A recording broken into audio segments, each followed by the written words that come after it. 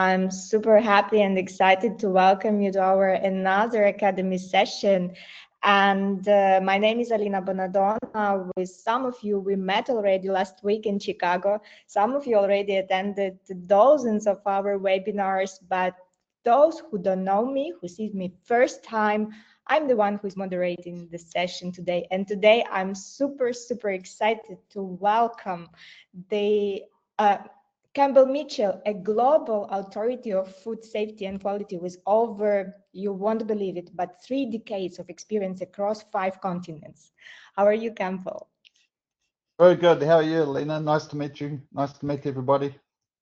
Nice to meet you too. I'm very good, and so unlucky that we didn't catch up last week, unfortunately, which I really hoped for. But I'm super happy to welcome you here at our webinar and super excited to see your slides and your pitch. So Thank you very much. From where you are talking currently? I'm in Michigan in the United States, and near Grand Rapids, just north of Grand Rapids in Michigan. Great. And guys, just drop a few words in the chat window from where you're listening to us and shoot on with the magic reaction to let me know that everything is smooth, nice, good, heard, well received already, and ready to start. I see the first reactions. I even recognize some names. I'm happy for this. So I think everything is set, ready, and ready to go. Campbell, are you ready? Yes, ready when Great. you are. Great. Then stage is yours, time is yours, and after the presentation, we will have, as usual, our QA session. I will disappear for a while. Very good. And you can see my screen okay? Yes, all perfect. All perfect. Thank you. So welcome, everybody. So today I want to talk about a subject that's very close to my heart, food safety culture, and the title of the presentation is Culture Eats HACCP for Breakfast. And the reason I chose that title is there's a famous quote by Peter Drucker, Culture Eats Strategy for Breakfast. And it's really saying you can have all the best documented food safety processes and standards in the world, but if you're not consistently putting them into practice by people, then they're as good as useless. So you really need the food safety culture to make your food safety program come alive. And brief introduction to your breakfast buffet for today. So I'll do a little bit of an introduction, and then I'm going to talk about how we can take food safety from just compliance to actually, beyond compliance, how we can build a culture of trust within our organization. And I'm going to give you some case studies and some examples from experiences that I've had around the world, and then finish off with some frameworks and some references of different examples of tools and techniques that you can use to help you build your own mature food safety culture. So first of all, a little bit of an introduction to me. I'm Campbell Mitchell.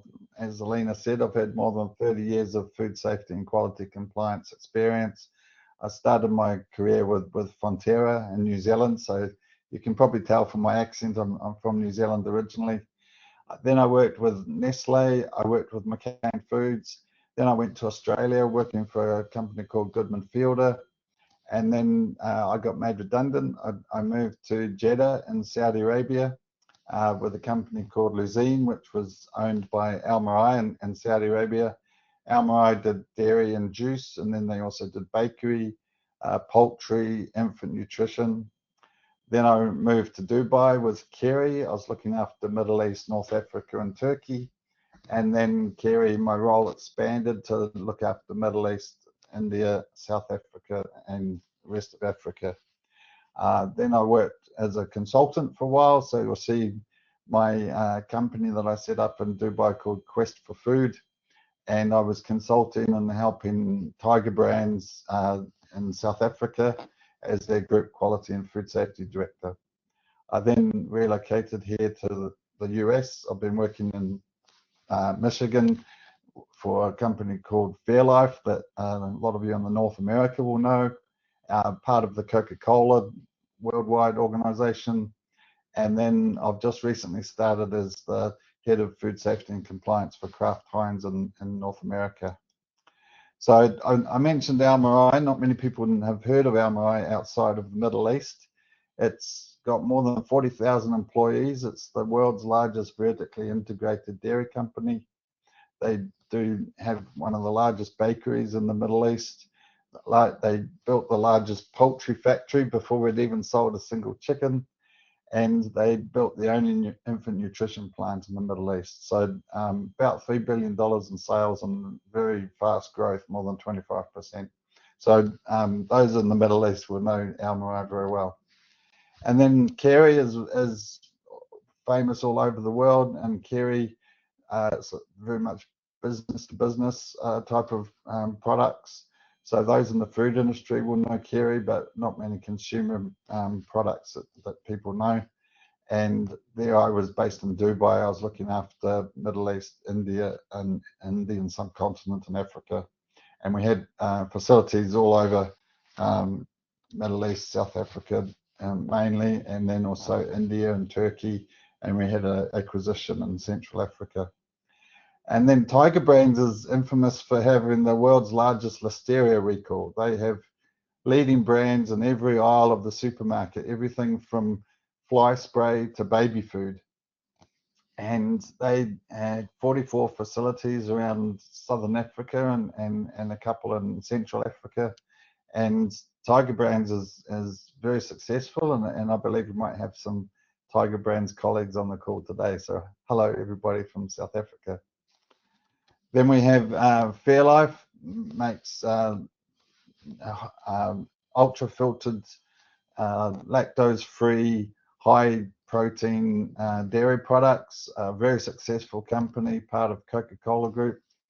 And now I'm with Kraft Heinz, and everybody's heard the recent news. Kraft Heinz is going to be splitting up. We don't know what those new companies are going to be called, but Kraft Heinz do so many products that everybody has in their home pantry. You see in the supermarket, very familiar products, and I'm very proud to be working for Kraft Heinz. But today I'm not really here to talk about any of the companies that I've been with. It's really to talk about food safety, which is not a competitive advantage. It's something that we all should be interested in if we work in food. And we really want to take food safety, not just getting the certificate, but building up that food safety beyond compliance. And the way we do that is with our food safety culture. And how do we build up that food safety culture? Well, we need to understand it first. So what is your food safety culture? Well, every organization has a food safety culture. It's lots of definitions. Joanne Taylor from Culture Excellence does this definition, which I really like. It's really, in a word, the way we do things around here. It's the prevailing attitudes, practices that specifically relate to food safety and quality that get taught to somebody that is new that comes to the organization, and that it can be taught either directly or indirectly. You know, it's the culture that people start to adapt to when they join an organization, and that's the way that they operate in a food safety or quality. And it's shared, it's learned. It is not just about employee engagement, but it's actually employees' practices. Like, how often do you wear your hairnet? Do you wear it all the time, or do you just wear it when the auditor turns up? How often do you wash your hands? How often do you put product on hold if you notice something wrong with it? Do you put your hand up and stop the line, or do you just ignore it? Those are the sort of things that indicate what type of culture you have. But it's very difficult to assess in a scientific way. A lot of people with experience, when they walk into a facility, they can tell straight away, does this place have a good, strong, and mature food safety culture, or does it have a weak, inadequate food safety culture? But if you ask them to say, why do you feel that way, or how do you know, it's very difficult to quantify. So a lot of culture or training talks about the iceberg of culture. You know? So when I was in Africa, not many icebergs in Africa. So we talked about the hippopotamus of culture. So culture has what you see sort of above the waterline, the visible standards, the premise, the facilities, the documentation, the records, what the auditors normally see. And then just below the waterline, there's some more deeper things that you can find out if you probe a little bit deeper. The management communications, what type of priorities do we put on food safety in our meetings, and what type of incentives, what type of behaviours get promoted or incentivized, and what type of behaviours you get told, no, don't do that, production's more important, for example. And then even deeper than that is the subtle communications. So subtle things that get rewarded or punished, or unspoken rules, just people, raise an eyebrow or look funny if you behave that way, or alternatively support you if you behave in a different way. Those things are very difficult to assess, and they're sort of the unspoken rules, but this is different from organisation to organisation. So when we're talking about food safety culture, it's really the whole hippopotamus we want to influence and assess. So a lot of people have heard of the Global Food Safety Initiative. They produced a position paper on food safety culture. So, there's certain different elements to food safety culture. There's the vision, the mission, and those are the things that we see quite easily. There's the people aspect, and quite often the people aspect is the most difficult part. There's the consistency.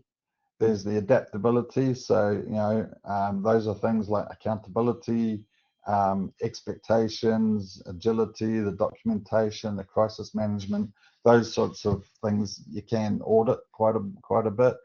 And then there's the hazard and awareness, or risk sort of appetite of the organisation. What type of things do we want to accept, and what do we want to reject? So the culture, when you look at it sort of scientifically, seems quite straightforward, but really it's the soft stuff that's the hard stuff. The people side of culture is always the difficult part. There's a lot of evidence that shows that there's a lot of benefit to having a strong food safety culture. Of course, if you have good quality products and strong quality culture, you're going to have less complaints. So customers are going to be more satisfied. That increases your revenue. The company's going to grow. It's going to be more profitable. That means people get paid better. You're going to have more motivation. People want to work at that company, and that encourages people to make better decisions. That means you can get better talent, recruit people faster. People want to stay for longer. The company image is better. It's got a good reputation. And then that, it's like a cyclical effect that a good company breeds good people, which make good decisions, which makes a good company, which brings good people. So there's a lot of benefits to having a strong culture. And it's been proven that companies that can proactively manage their culture over a 10-year period get 500% better revenue growth. So that shows that there's a lot of incentive for the company to understand culture and to improve culture. So Culture Excellence is an organisation that I've worked with in a number of countries. They're started in Dubai, but they have a partnership with Campbell BRI in the United Kingdom. They can assess not only food safety, but also quality, health and safety, sustainability. They've been around for more than 20 years. They've done, lots of publications, and they don't just look at the food industry, but they look at many different sectors of the community. And they're now doing more than, I think this is a little bit out of date, but my understanding is they do more than 10,000 sites every year, and across 90 countries, and it's been translated into 72 languages. So you're getting a lot of benchmarking information when you do the full Culture Excellence survey. And those comparisons then tell you You can sort it by the type of industry that you're in, so you can see how your facility or your organization compares to other people in the same region, in the same type of product category, or the same country. And you get a lot of interesting data that can help you to improve. And they partner with BRC, BRCGS, Campbell BRI, as I said, and then also SAFE.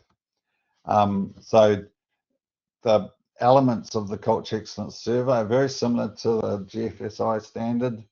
There's the people, the process, the purpose, and the proactivity. And again, same sort of elements that we talked about with GFSI. But really, the people part is the most difficult, which I've discussed before. So it's not just engagement, but it's also, do people feel empowered to make decisions about food safety on their own? Do they get rewarded for the right type of behaviours? Do they feel encouraged by their teams to make right decisions? Are they getting the right training? Is the training effective? And is the communication tools the right type of tools? So there's a company called SAFE that is a not-for-profit organisation that's a conglomerate of many different food companies around the world, and they've produced this SAFE food safety culture tool, and then you can download this free benchmarking report, and that just looks at element number one, the people element of the Culture Excellence Survey. And then you can, if you're a small to medium enterprise, you can download that tool and you can use that to do a free self-assessment of your facility, and then you can benchmark it against other facilities of a similar size around the world. So I'd strongly recommend that for organizations that have not been able to do their own evaluation, and then you can look at that comparison and see where you fit. This is an example from a Kerry site. So this site did extremely well. Their culture score was 79%. And then again, this is the online tool that you get when you do the full Culture Excellence survey. You get scores of every element within the standard. So there's 5 elements within each category, 5 dimensions, and so you're getting quite a comprehensive view of where your organisation sits and where the strengths and the weaknesses are. And then if you look at the right hand side, you can see there's different tabs where you can filter it by, if you did food safety and quality and environmental, you can say, let's just look at the food safety questions. Or if you're looking at the sites, you can filter it and say, let's look at just the site in South Africa, for example. And then you can say, let's look at just managers and team leaders, or let's look at the operators. And you can say how long they've been in service. Or you can also say the people in different departments, people in quality, people in the warehouse, people in operations, people in supply chain. So by slicing and dicing the data, you still keep it confidential as long as there's enough responses there that you can identify individuals. You can then say, well, okay, we've got a people on the night shift in the warehouse and that factory have a different opinion than the majority. So let's go and talk to them and have some discussions around what concerns they have, so that we can help to improve our food safety culture. And I think the important bit to reinforce is that it's not just the survey. You can't just do the survey and then move on. Obviously, once you've done the survey, you need to have an action plan of how you're going to improve those results. And it's really about comparing yourself to your previous score or your facility. It's don't stress too much about comparing yourself to everybody else. Just look at your facility and did you do better than last time? And I'd recommend that you do like this triangulated approach to measuring food safety culture. So you do the survey, and that gives you a benchmark, and then maybe you repeat that every 2 or 3 years. And then you also, look at the actual behavior in the facility. So walk the floor, look at the way people are behaving, look at their response when something goes wrong, do like the Campbell walks and actually get a feeling for the organization and try to see are people doing what you expect them to be doing. Then you can look at the performance of the facility through the metrics, the KPIs, customer complaints, micro results, non-conformances, cost of poor quality, things that give you actual quantifiable evidence. And then you can do some qualitative analysis as well. So that means, talk to people. Go and have a focus group. Like I said, the warehouse on night shift, go and talk to them. Have a town hall, have a one-on-one discussion with somebody 2 steps down from you or 2 steps up from you. Ask them questions like, tell me the last time you stopped the line for food safety, and just see if the values that you want the organization to be exhibiting are actually what people are doing. And then all that feeds into giving you a sort of combined approach of how you feel about the food safety culture, and gives you some ideas of things that you could improve. And I must mention just recently the action group, which we work quite closely with here in Kraft Heinz, and then also the safety chain software. They had a really good FSMA Friday, so I'd recommend you watch that on YouTube. They just last Friday, Dr. Angela spoke about food safety culture and how to real facilities build and improve it. And so, that was a really informative webinar. So we're all in this together. We all want to improve food safety culture. And the Atchison group have this maturity model that follows like the Bradley curve, and I'm going to talk about that in a little bit more detail. But you want to move your culture from a reactive culture that just waits till you have a problem and then takes action to a more interdependent culture where you're working together with other organizations to improve global food safety culture. And that's really where you want to be if you want to be benchmarked as best in class. And the Bradley curve is very well utilized in a safety organization, for human safety. And they've been doing safety culture a lot longer than food safety people have been doing food safety culture.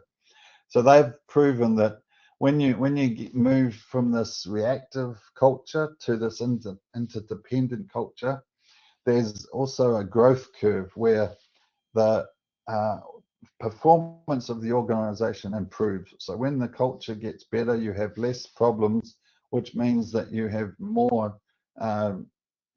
positive outcomes. So more productivity, more OEE. You walk into a facility, then everything's clean and tidy and safe, then the operational performance of that facility is going to be much higher because the place is under control, there's good morale, things are clean and tidy, people make the right decisions, there's less waste, there's less rework, there's less write-offs, there's less product recalls.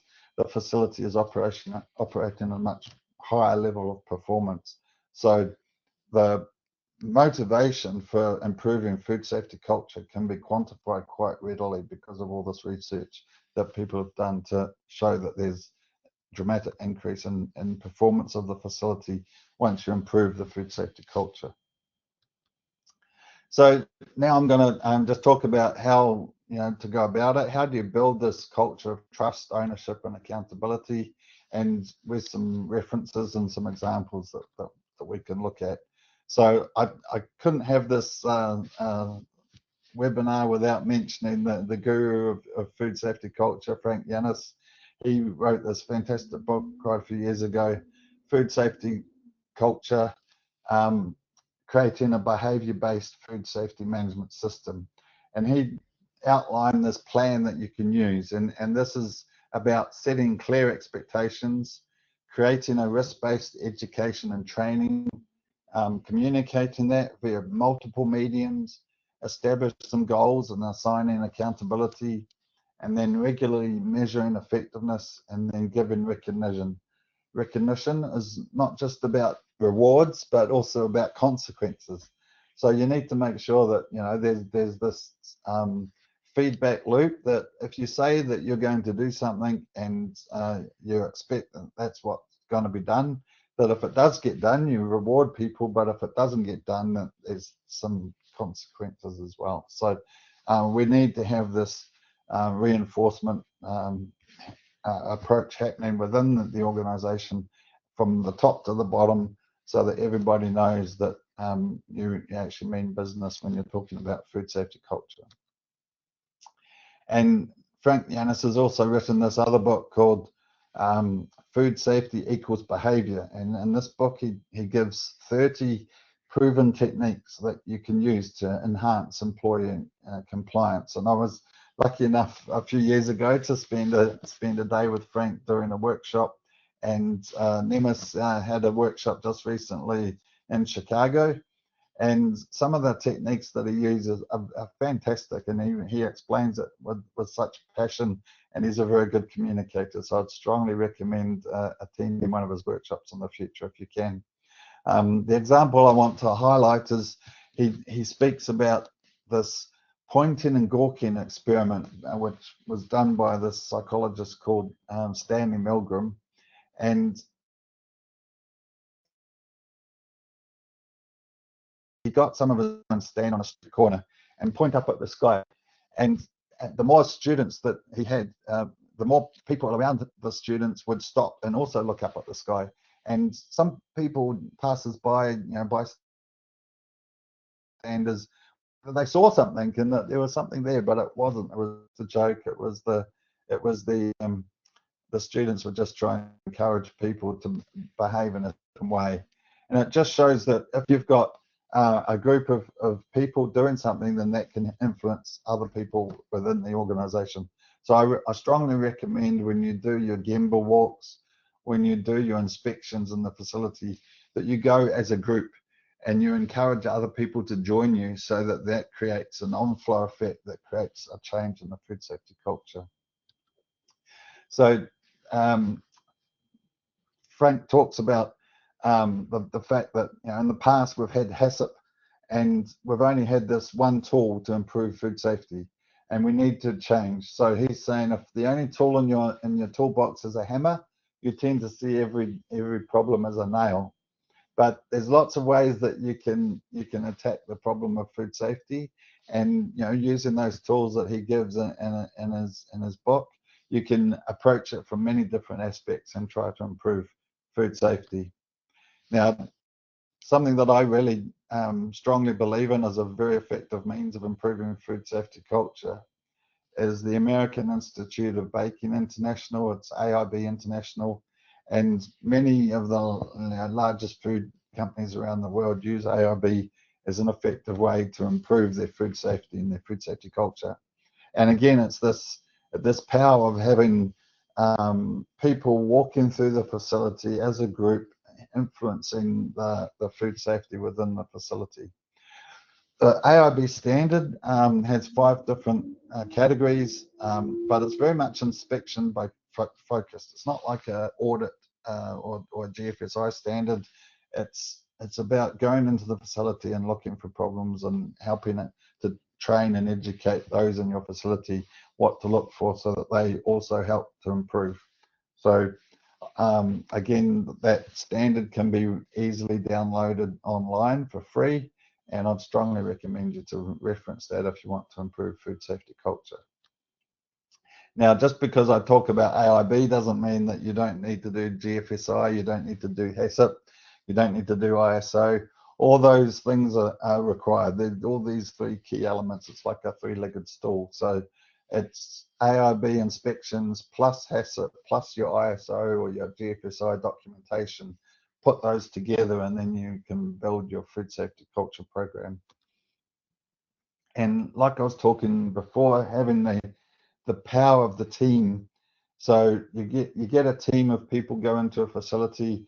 You have the inspector, you have somebody with a notepad, somebody with a camera, you have the pest control operator, you have the quality guy, the operations guy, the maintenance guy, the team leader of that facility, the packaging operator, get them all together and inspect the facility as a team, and that will help to encourage everybody in the facility to also join in and think about how they can improve. And here's just an example from our marae. The inspectors there, everybody's gathering around, they're looking at a problem and they're thinking, how can we improve this situation? And just the fact of having a group of people looking at one particular aspect of the facility means that anybody that walks past that group is going to look at them and go, oh, what are those guys doing? What are they looking at? How can we improve? And this is the way to improve food safety culture, by getting that power of the team. And you focus on the base of the triangle. So, a lot of people have KPIs for number of recalls we've had, number of withdrawals, number of marketplace incidents, number of complaints we've had, how many non-conformance we got on our last audit. All of those are lagging indicators, and you really want to be focusing on the leading indicators. And the leading indicators are the things that happen at startup, things that happen on the daily inspections, the weekly inspections, any observations from the monthly self-inspection, the preventative issues, the maintenance, preventative maintenance, the internal audit non-conformances. And then I'd also recommend you partner with AIB as a third party who doesn't have an impact on your customer or doesn't have an impact on your compliance, your certification, but they can help you with some external benchmarking of best practices so that you can look at some observations that are internal, but then will be more proactive and preventative rather than waiting for the lagging indicators to tell you when you're having a problem. And now I'll move on to some case studies. With our marae, I knew that I had succeeded when you can see the guy lying on the floor there. He was our managing director of the operations division, lying on the floor looking under a filling machine looking for mold. And then I really knew that, hey, we've got the food safety culture being led from the top and everybody is participating in that. So that's really where we want to get to, is get everybody involved in the inspection, so that really shows, leading from the front, setting the example, walking the walk and not just talking the talk. And our marae had a fantastic project we called Project Trust. It was really building this one our marae community of quality. Our marae motto was quality you can trust. And so Project Trust was us building this team together, of all of us looking for food safety together. And just so happens that when you look at the word trust, in the middle is us. And so it's really saying we're in it together, we build food safety together, and it's all about trust in each other to provide food safety. This is an example from Kerry. Kerry had the Golden Six, which was a group of 6 inspection activities that you want to look at on a daily or every shift basis, looking for red flags of things within the facility that can help improve food safety. And these are really simple things, but these are the things that you want everybody in the facility to be looking out for every day. And if you get people looking out for this, the fundamentals, you're going to stop having some of the bigger problems.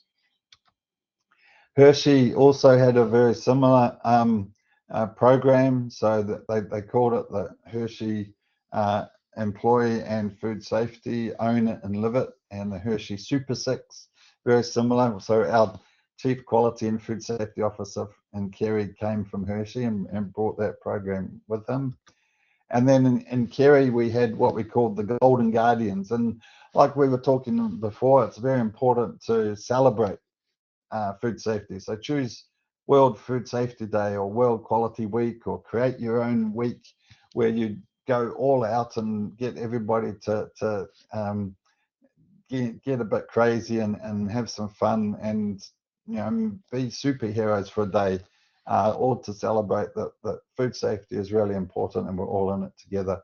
And so you can see, top left there is our Chief Quality and Food Safety Officer looking up at the little stuffed toy that we got for the Golden Guardians.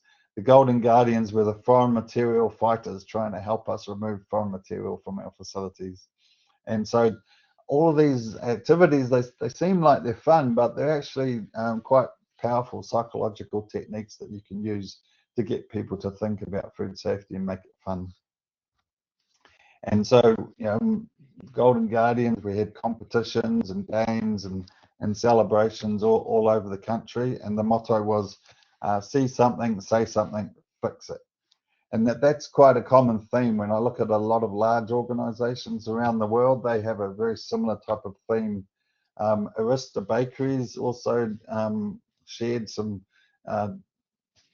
learnings from their practices when we did the Campton BRI Culture Excellence. Every year we get together and talk about practical techniques that people have used to improve food safety culture. And they have their Food Safety Week. They just choose the same week as the World Food Safety Day. And their motto is, see it, fix it, report it. And they use the blue glove as the Sifri, they call it, Sifri glove. And he's their mascot for food safety. And some really powerful techniques they've used all around the world. OSI is also another example. OSI is a big meat company from all over the world, and they have this motto: food safety always, look out, speak up, act now. And again, it's about encouraging employees to put their hand up, feel empowered to say something if they see something. And it's really what we want to encourage as food safety professionals. We want everybody's eyes and ears on food safety all the time. Now, I'll talk about some of the frameworks and references and guides that you can look up, and I can share this presentation with you later so that you can reference this and look them up. So, you know, you don't need to take notes. I was on the steering committee for this publicly available specification from BSI, British Standards Institute, PAS 320. It was developed and published in 2023, and it's a bit like an ISO standard for developing and sustaining a mature food safety culture. Lone Jesperson was one of the authors, and she helped us write this guide that organizations can use to help them try to improve their food safety culture. A lot of the stuff in there is stuff that I've already been talking about, but again, the guide is available for free from the BSI website, and it's structured in the same way as an ISO standard. So you've got plan section, you've got a do section, you've got a check section, and you've got an act section. So it's like the continuous improvement flowchart. And here's the QR code, which you can use now and you can download later, and you can access this guide. And you can see Campton BRI, Kerry, S-Safe, Walmart, Intertech, Alchemy, and a few other companies. They were Neogen. They were involved in developing this guide along with BSI. And some of it's quite academic, but I'd recommend that you read it and use it as some of your tools and techniques are in there that you can use to reference your own food safety culture improvement plan. There's a lot of other publications out there as well, and these are just some examples. FSSC 22000, if you use that as your certification, GFSI certification, they've got a guidance document on food safety and quality culture. The BRC also have an implementation manual for the Culture Excellence module. And then Food and Drink Europe also produced a really good guide on how to do food safety culture from theory into practice. Recently, the Alliance to Stop Foodborne Illness in North America published this food safety culture toolkit. And that, again, that's available for free from their website. Safety Chain Software has a good guided book. And then this Cultivate has a culture improvement, and you can download those resources as well. And then there's also Catalyst Food Leaders. They have some good references too. The Food Safety Culture Toolkit won the IFP Innovation Award this year in Cleveland in Ohio. So that's the International Association of Food Protection. So I would strongly recommend that Food Safety Culture Toolkit. And again, there's a lot out there. I referenced some. The FDA have included the food safety culture as their element 4 of the smarter era of food safety. Frank Yanis from Walmart and Walt Disney, he was also on the FDA commission at some stage. And so, you know, this food safety culture is not going away. It's really going to become part of the way we do business as food companies going forward. And so, you know, you can use whatever reference you want, but I'd strongly recommend that you develop your own program, and then you build in some tools and some guidance within your own training program, so that as it becomes the way you do business, and everybody in your organization knows that you take food safety seriously, and that right from the top, everybody is empowered and encouraged to improve and take food safety seriously. So I've just got one short little video that I'd like to share with you about some training that we did in Kerry, and it was about getting the food safety leaders within your organization to think seriously about food safety. So I'm hoping that this video will play.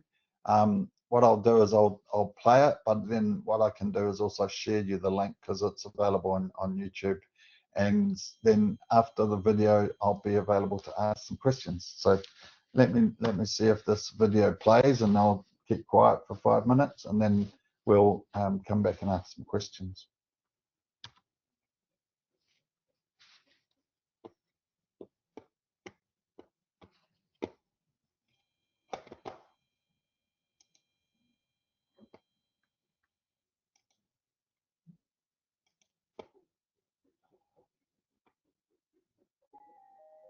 I'm sorry about your daughter.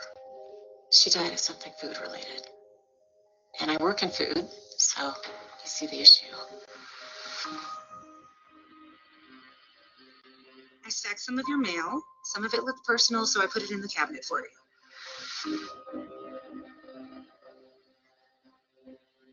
the hell? Did you get my care package? Who is this? How do you know about Beth? What if people knew what happened to Beth and they just didn't say anything? What do you mean? Like if a company knew that their product had killed someone and they just covered it up. We have a problem. We may have been followed. You're not safe. Get what you need. Get out now. I am not about to blow my profit margin to make a product that's impervious. If you want more safety, you pay for it. If we do find the cause, you're sure you want to know, right?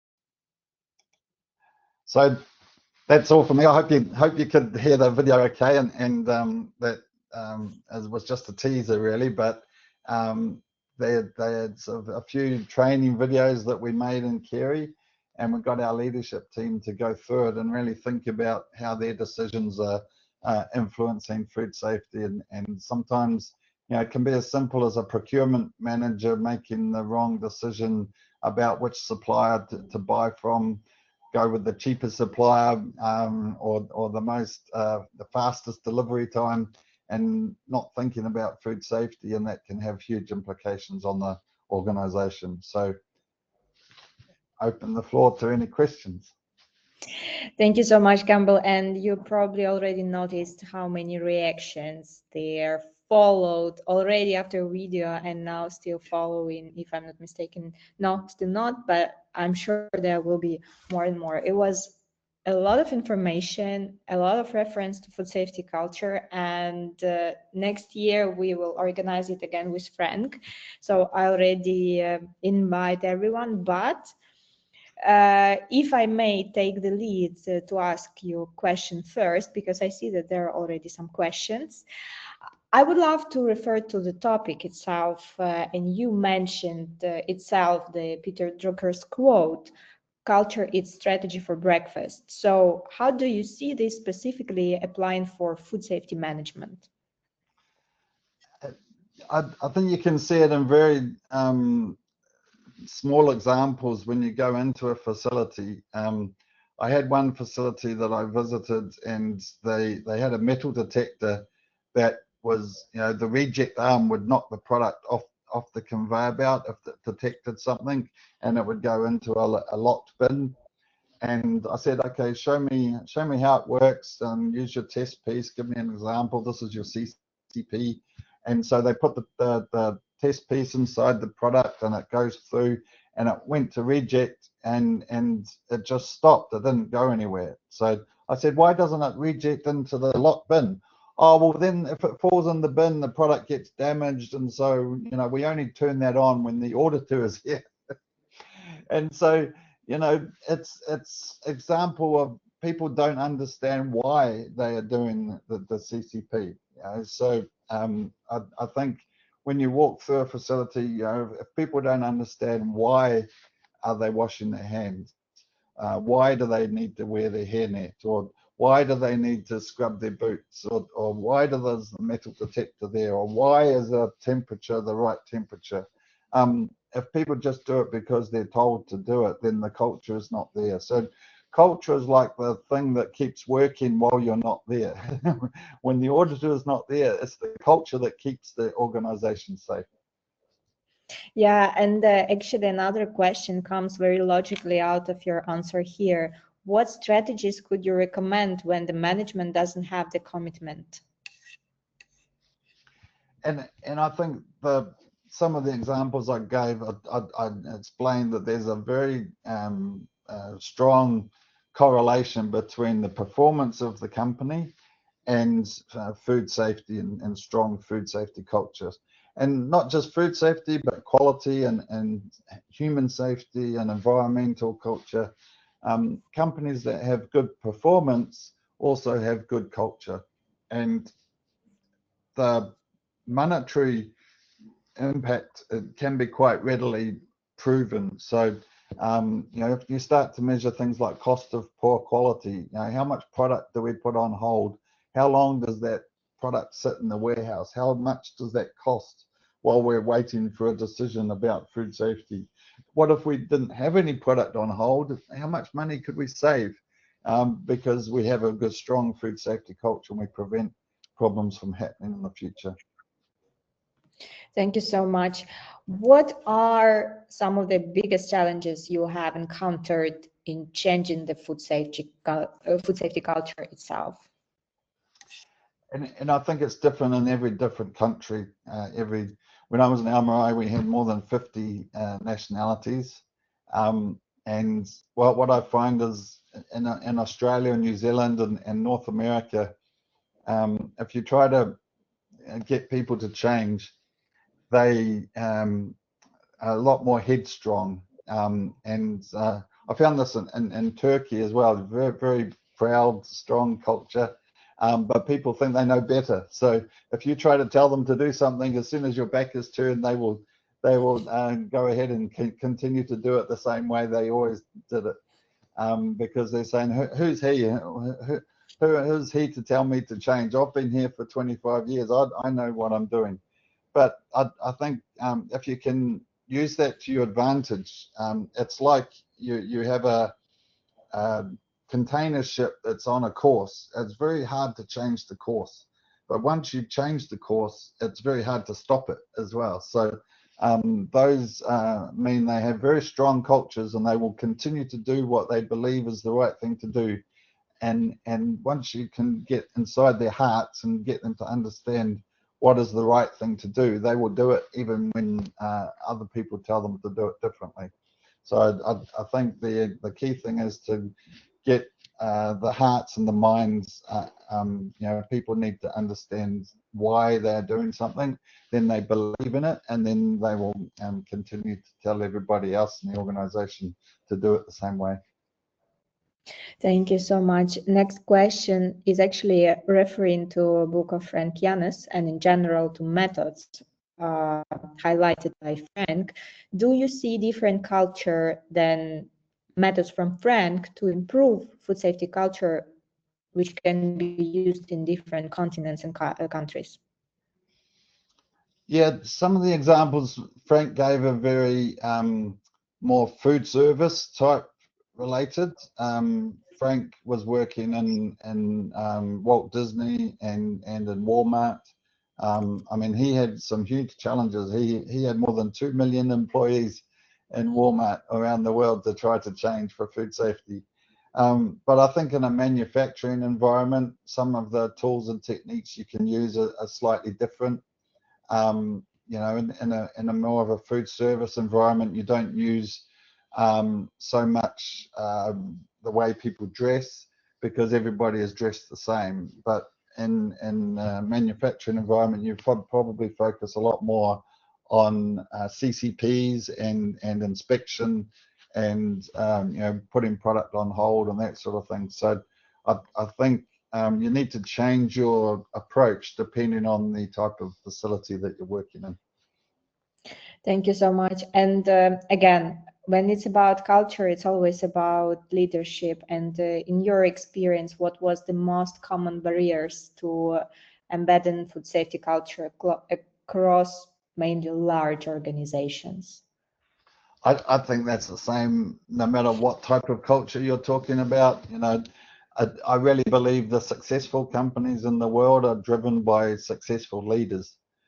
So, you know, top management, you know, we all look up at the Elon Musks or the Zuckerbergs of the world. The reason they are running these large successful organizations because they have a strong, powerful presence, and they're able to influence other people.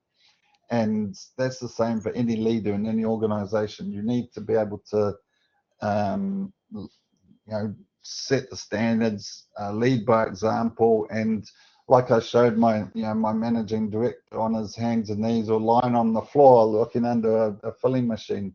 If you have a managing director who just sits in his office or is at the head of the table in the boardroom and gives commands, then he's not going to create a very strong food safety culture. Yeah, and if we are talking about like next 5 years trend, how do you see it, like regarding how companies will measure and benchmark their food safety culture globally? Well, it's becoming a bit of a challenge for regulatory agencies, because they're trying to scratch their head like, how are we going to measure this? How are we going to audit food safety culture? And I don't think that's the right approach. I think you need to work together, and it's almost the same as within your organization. If you try to force people to have good food safety culture, they will not comply. You need to empower them and want them to do good food safety culture.